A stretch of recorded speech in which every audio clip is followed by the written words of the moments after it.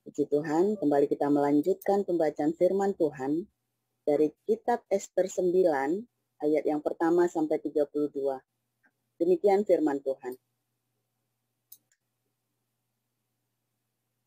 Dalam bulan yang ke-12, yakni bulan Adar, pada hari yang ke-13, ketika titah serta undang-undang raja akan dilaksanakan, pada hari musuh-musuh orang Yahudi berharap mengalahkan orang Yahudi, terjadilah yang sebaliknya. Orang Yahudi mengalahkan pembenci-pembenci mereka. Maka berkumpullah orang Yahudi di dalam kota-kotanya di seluruh daerah Raja Ahasweros untuk membunuh orang-orang yang berikhtiar mencelakakan mereka, dan tiada seorang pun tahan menghadapi mereka, karena ketakutan kepada orang Yahudi telah menimpa segala bangsa itu. Dan semua pembesar daerah dan wakil pemerintahan dan bupati serta pejabat kerajaan menyokong orang Yahudi karena ketakutan kepada Mordekai telah menimpa mereka. Sebab Mordekai besar kekuasaannya di dalam istana raja, dan tersiarlah berita tentang dia ke segenap daerah, karena Mordekai itu bertambah-tambah besar kekuasaannya. Maka orang Yahudi mengalahkan semua musuhnya. Mereka memukulnya dengan pedang, membunuh, dan membinasakannya. Mereka berbuat sekehendak hatinya terhadap pembenci-pembenci mereka. Di dalam benteng Susan saja, orang Yahudi membunuh dan membinasakan 500 orang. Juga Parsandata, Dalton, Aspata, Purata, Adalia, Aridata, Parmasta, Arisai, Aridai, dan Waizata, ke-10 anak laki-laki Haman bin Hamedata, seteru orang Yahudi, dibunuh oleh mereka, tetapi kepada barang rampasan tidaklah mereka mengulurkan tangan. Pada hari itu juga jumlah orang-orang yang terbunuh di dalam benteng Susan disampaikan ke hadapan raja. Lalu titah raja kepada Ester sang ratu. Di dalam benteng Susan saja, orang Yahudi telah membunuh dan membinasakan 500 orang beserta ke-10 anak Haman. Di daerah-daerah kerajaan yang lain, entahlah apa yang diperbuat mereka. Dan apakah permintaanmu sekarang? Niscaya akan dikabulkan. Dan apakah keinginanmu lagi? Niscaya dipenuhi. Lalu jawab Ester, jikalau baik pada pemandangan raja, diizinkanlah kiranya kepada orang Yahudi yang di Susan untuk berbuat besok pun sesuai dengan undang-undang untuk hari ini, dan ke-10 anak Haman itu hendaklah disulakan pada tiang. Raja pun menitahkan berbuat demikian. Maka undang-undang itu dikeluarkan di Susan, dan ke-10 anak Haman disulakan orang. Jadi berkumpullah orang Yahudi yang di Susan pada hari yang ke-14 bulan Adar juga, dan dibunuhnyalah di Susan 300 orang. Tetapi kepada barang rampasan tidaklah mereka mengulurkan tangan. Orang Yahudi yang lain yang ada di dalam daerah kerajaan berkumpul dan mempertahankan nyawanya serta mendapat keamanan terhadap musuhnya. Mereka membunuh 75.000 orang di antara pembenci-pembenci mereka. Tetapi kepada barang rampasan tidaklah mereka mengulurkan tangan. Hal itu terjadi pada hari yang ke-13 dalam bulan Adar. Pada hari yang ke-14 berhentilah mereka. Dan hari itu dijadikan mereka hari perjamuan dan sukacita. Akan tetapi orang Yahudi yang di Susan berkumpul, baik pada hari yang ke-13, baik pada hari yang ke-14 dalam bulan itu. Lalu berhentilah mereka pada hari yang ke-15, dan hari itu dijadikan mereka hari perjamuan dan sukacita. Oleh sebab itu, orang Yahudi yang di pedusunan, yakni yang diam di perkampungan, merayakan hari yang ke-14 bulan Adar itu sebagai hari sukacita dan hari perjamuan, dan sebagai hari gembira untuk antar mengantar makanan. Maka Mordekai menuliskan peristiwa itu, lalu mengirimkan surat-surat kepada semua orang Yahudi di seluruh daerah Raja Ahasiweros, baik yang dekat, baik yang jauh, untuk mewajibkan mereka supaya tiap-tiap tahun merayakan hari yang ke-14 dan yang ke-15 bulan Adar, karena pada hari-hari itulah orang Yahudi mendapat keamanan terhadap musuhnya, dan dalam bulan itulah duka cita mereka berubah menjadi sukacita, dan hari perkabungan menjadi hari gembira, dan supaya menjadikan hari-hari itu hari perjamuan dan sukacita, dan hari untuk mengantar dan hari untuk antar mengantar makanan, dan untuk bersedekah kepada orang-orang miskin.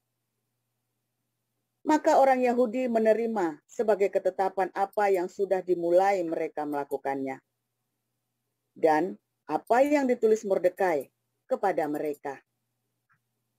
Sesungguhnya Haman bin Hamedata, orang Agag, seterus semua orang Yahudi itu, telah merancangkan hendak membinasakan orang Yahudi, dan dia pun telah membuang pur, yakni undi, untuk menghancurkan dan membinasakan mereka. Akan tetapi, ketika hal itu disampaikan ke hadapan raja, maka dititahkannya lah dengan surat, supaya rancangan jahat yang dibuat Haman terhadap orang Yahudi itu dibalikkan ke atas kepalanya. Maka Haman beserta anak-anaknya disulakan pada tiang. Oleh sebab itulah hari-hari itu disebut Purim, menurut kata pur.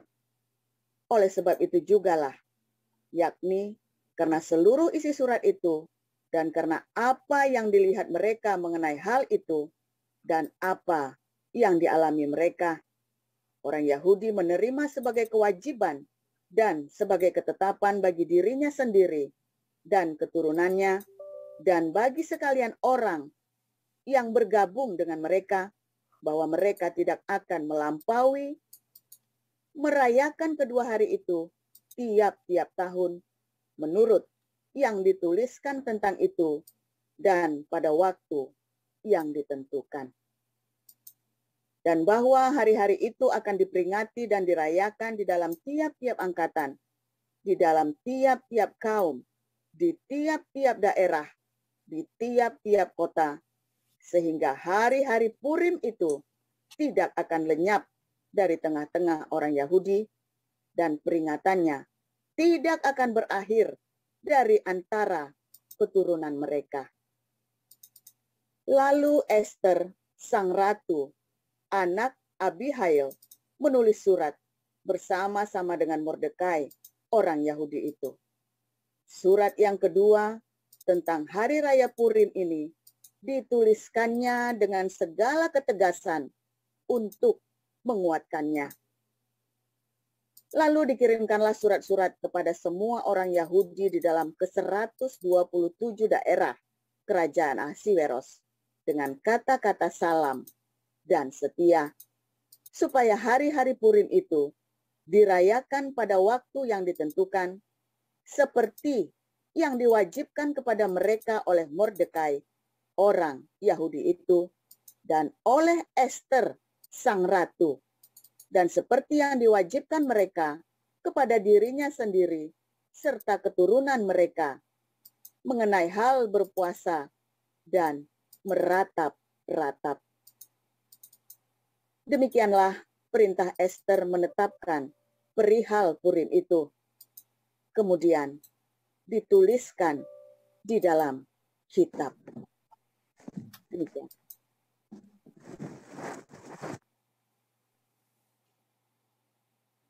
Terima kasih Bu Nerliana. Selanjutnya Bu Sarma, silakan untuk membaca Kisah Para Rasul pasal yang kedua, ayat 1 sampai dengan 21. Beginilah firman Tuhan. Ketika tiba hari Pentakosta, semua orang percaya berkumpul di satu tempat. Tiba-tiba turunlah dari langit suatu bunyi seperti tiupan angin keras yang memenuhi seluruh rumah di mana mereka duduk. Dan tampaklah kepada mereka lidah-lidah seperti nyala api yang bertebaran dan hinggap pada mereka masing-masing. Maka penuhlah mereka dengan Roh Kudus. Lalu mereka mulai berkata-kata dalam bahasa-bahasa lain, seperti yang diberikan oleh Roh itu kepada mereka untuk mengatakannya. Waktu itu di Yerusalem diam orang-orang Yahudi yang saleh dari segala bangsa di bawah kolong langit. Ketika turun bunyi itu, berkerumunlah orang banyak. Mereka bingung karena mereka masing-masing mendengar rasul-rasul itu berkata-kata dalam bahasa mereka sendiri. Mereka semua tercengang-cengang dan heran. Lalu berkata, bukankah mereka semua yang berkata-kata itu orang Galilea? Bagaimana mungkin kita masing-masing mendengar mereka berkata-kata dalam bahasa kita sendiri, yaitu bahasa yang kita pakai di negeri asal kita? Kita orang Partia, Media, Elam, penduduk Mesopotamia, Yudea dan Kapadokia, Pontus dan Asia, Frigia dan Pamfilia, Mesir dan daerah-daerah Libya yang berdekatan dengan Kirene, pendatang-pendatang dari Roma, baik orang Yahudi maupun penganut agama Yahudi, orang Kreta dan orang Arab. Kita mendengar mereka berkata-kata dalam bahasa kita sendiri tentang perbuatan-perbuatan besar yang dilakukan Allah. Mereka semuanya tercengang-cengang dan sangat termangu-mangu sambil berkata seorang kepada yang lain, apakah artinya ini? Tetapi orang lain menyindir, mereka sedang mabuk oleh anggur manis.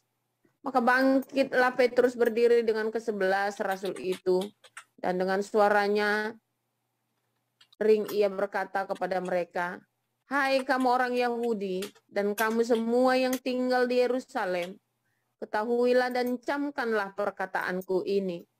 Orang-orang ini tidak mabuk seperti yang kamu sangka, karena hari baru pukul 9. Tetapi itulah yang difirmankan Allah dengan perantara Nabi Yoel. Akan terjadi pada hari-hari terakhir. Demikianlah firman Allah, bahwa aku akan mencurahkan rohku ke atas semua manusia.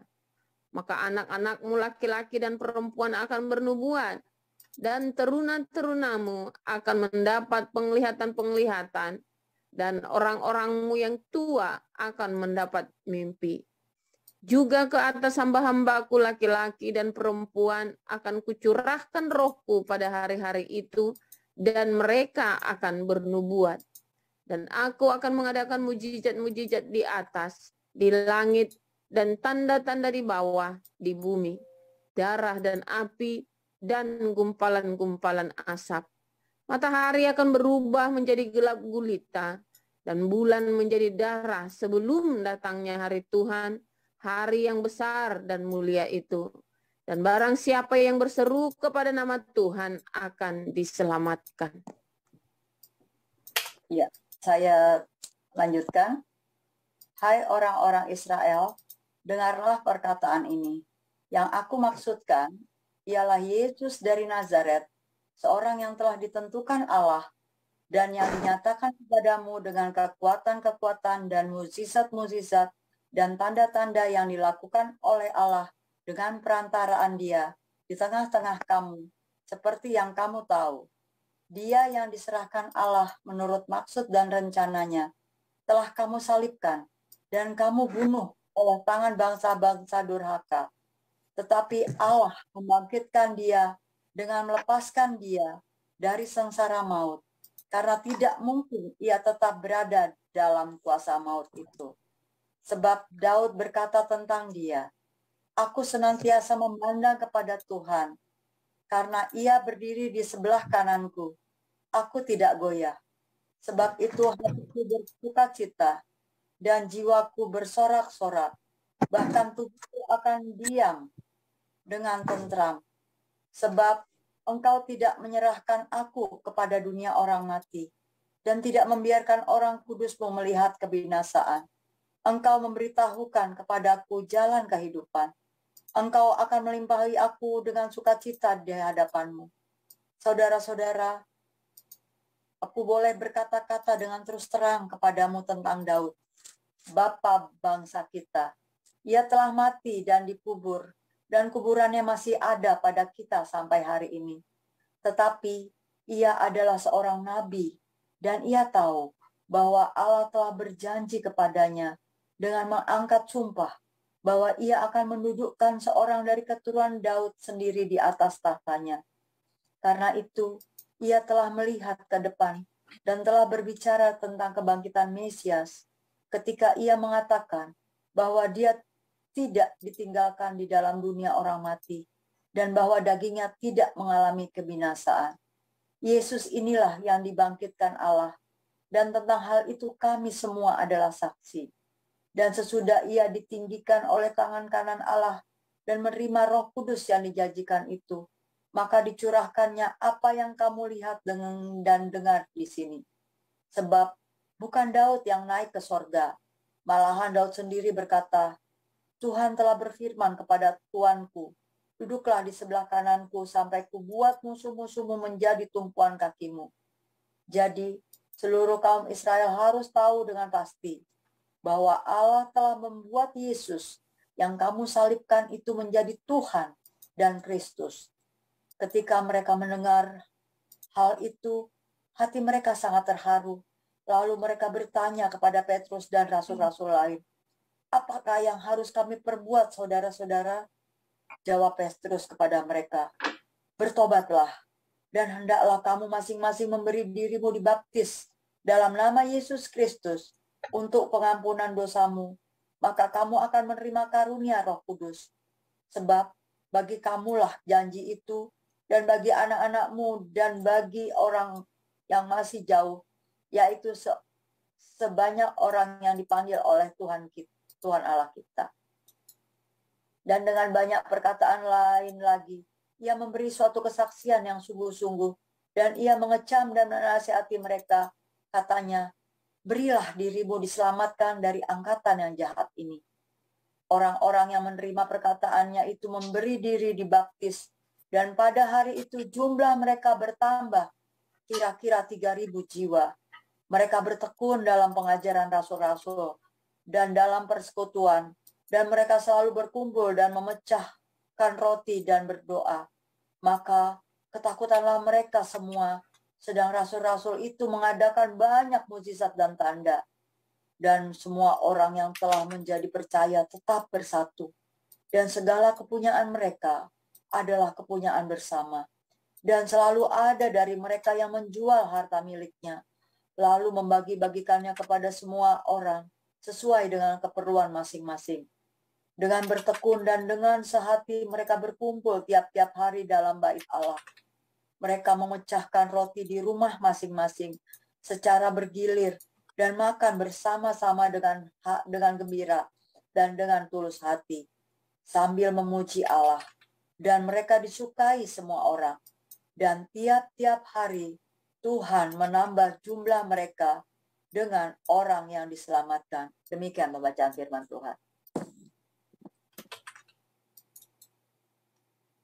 Ya, untuk tema pada hari ini kita akan menerima renungan, itu untuk temanya adalah hari pembalikan keadaan.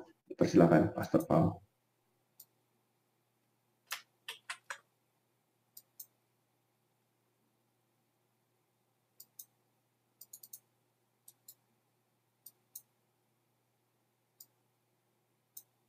Belum di-unmute, Pastor.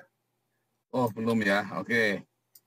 Firman Tuhan hari ini luar biasa. Ada satu klimaks dari cerita Esther, yaitu tentang hari pembalikan keadaan dari sebuah konflik, saudara ya. Dari sebuah konflik yang mengerikan, bagaimana ada ancaman kematian, mereka mengalami genosida, saudara ya. Oh, Anda jangan bayangkan itu perkara biasa, saudara ya. Itu kalau saya ingat tahun 85, 87 itu ya, tahun, saya lupa ya tahun berapa. Bukan, sorry. Zamannya 79, saudara ya. Saya masih TK waktu itu ya. 79, 80. Ya. Tiba-tiba semua toko itu harus tutup. Nah, mami saya punya toko, saudara ya. Suruh tutup, yang jaga tuh ABRI semua. Jadi baru buka 1 jam, tiba-tiba disuruh tutup. Wah, suruh tutup semua, karena akan terjadi kerusuhan yang luar biasa. Tapi waktu itu kota kami terlewatkan, saudara ya. Itu saja sudah serem, saudara ya. Kalau Anda membayangkan tahun 97, 98, kerusuhan Mei 98 itu sudah serem. Cerita Esther ini lebih serem dari itu, saudara ya. Kalau itu kan paling cuman jarah-jarahan, ini dibunuh, saudara. Ya, dan itu mereka sudah hampir mengalami ketika Israel diruntuhkan, dikuasai oleh Syria, dan ketika Yehuda jatuh ke tangan Babel. Wah, itu ngeri sekali, saudara. Orang lagi hamil aja perutnya dibelah pakai pedang, saudara. Jadi kengerian yang luar biasa. Siapa yang pernah mengalami kengerian yang luar biasa dalam hidupnya? Saya mengalami, saudara. Keluarga kami, saudara, ya udah tenggelam. Tadi saya baru cerita sama Ana ya. Kita baru mengenang dulu ya. Sampai tenggelam, saudara. Kita sudah kandas di dasar lautan. Ya. Waduh, ngeri, saudara ya. Kalau ingat cerita itu ngeri, saudara ya. Itu kengerian yang luar biasa, sudah kandas di dasar lautan. Ya. Tiba-tiba kita muncul naik ke permukaan, bahkan kita terbang dengan sayap Raja Wali, dan kita menjadi berkat bagi banyak orang, saudara. Ya, saudara, gimana caranya bisa begitu? Ada pembalikan keadaan. Ya, semua juga kepengen pembalikan keadaan. Semua kepengen, saudara ya, pembalikan keadaan. Siapa di sini lagi terpuruk? Semuanya pengen dibalikan keadaan. Masalahnya, kepengen nggak mau berbuat. Ya kan harusnya mujizat saja, kita tinggal terima gundul peang, saudara. Nggak ada cerita begitu di Alkitab, saudara ya. Semua oleh kasih karunia. Iya, kasih karunia apabila kita secara proaktif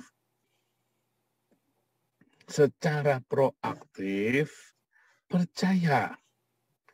Bukannya pasrah, bukannya menyerah. Anda menyerah, bukan berserah.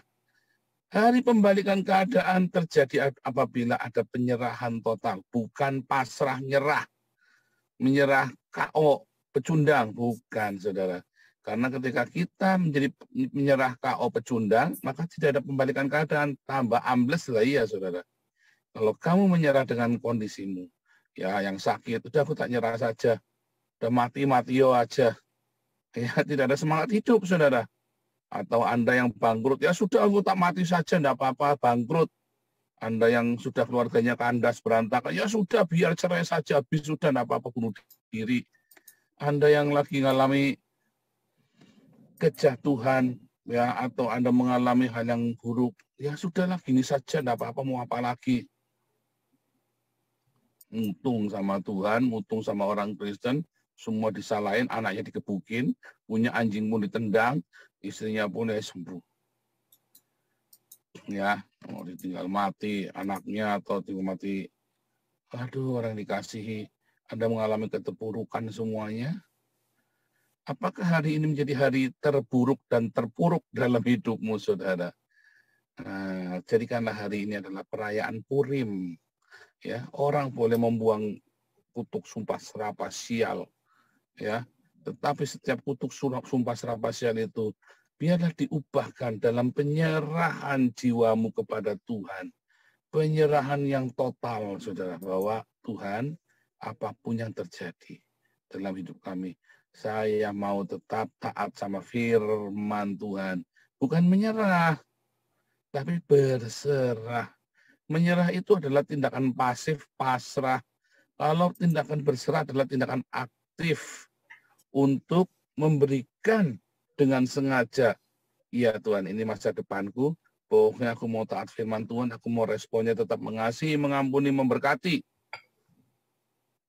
Bahkan kalau Anda lihat ya, di hari raya Purim, sebelum ada hari raya Purim itu, Esther sudah pasang badan, mati-matio, tetapi dengan satu pengharapan akan kemenangan. Dengan satu tindakan iman. Kalau dia berpuasa dan dia melakukan pengharapan kepada Tuhan dengan sungguh-sungguh, maka ada pembalikan keadaan. 3 hari, saudara. 3 hari, ya 3 hari 3 malam mereka berpuasa. Ya, ketika ajaran Tuhan kita, Tuhan Yesus, ketika para muridnya tercerai-berai, ketika Yesus disalib 3 hari 3 malam, mati dan dibangkitkan, ada penyerahan dari seorang Yesus. Dia berkata, biji itu harus mati dulu, benih itu harus mati, baru dia tumbuh. Kelihatannya kalah. Ya, kelihatannya kalah. Ketika saya memutuskan, sudah cukup, saya nggak mau melawan, karena kalau saya melawan, saya melakukan hal yang tidak menyenangkan hati Tuhan. Saya mau berserah, kandas sampai ke bawah, tambah tenggelam. Iya, saudara, iya tambah tenggelam. Anda berserah kok, Anda tidak melakukan perlawanan kok, tambah tenggelam. Tapi saya bilang, saya tidak mau melakukan hal yang tidak benar lagi. Tenggelam, enggak apa-apa. Mati, ya sudah. Yang penting saya hidupnya benar. Itu namanya penyerahan, berserah, bukan nyerah. Ya, kalau pasrah, menyerah, itu Anda artinya Anda tetap melakukan cawe sana, cawe sini, hantam sana, hantam sini. Ya, mau tenggelam, cawe sana, cawe sini, geret sana, geret sini. Ya, ngajak orang tenggelam sama-sama, keluarga kamu tenggelam semua, karena kamu nggak mau tenggelam sendirian. Pokoknya saya tidak mau tenggelam sendirian, saya akan bawa kalian semua. Itu artinya Anda sudah menyerah, KO. Tetapi kalau Anda berserah, tidak apa-apa. Biar aku yang tanggung di dalam Tuhan, karena aku tahu di dalam Tuhan ada hal yang baik di sana. Roma 8 ayat 28, Yeremia 29 ayat 11. Ada rancangan Tuhan yang sempurna. Itu iman yang proaktif, saudara. Lalu di situ ada pengorbanan, memberikan dirinya, ya, menjadi korban. Bukan korban kepada manusia, tetapi dagingmu disalib, keinginan hawa nafsumu, jengkelmu, dendammu disalibkan bersama dengan Tuhan Yesus. Ya, Anda puasa, dikatakan puasa. Puasa itu Anda salibkan dagingmu, hawa nafsumu.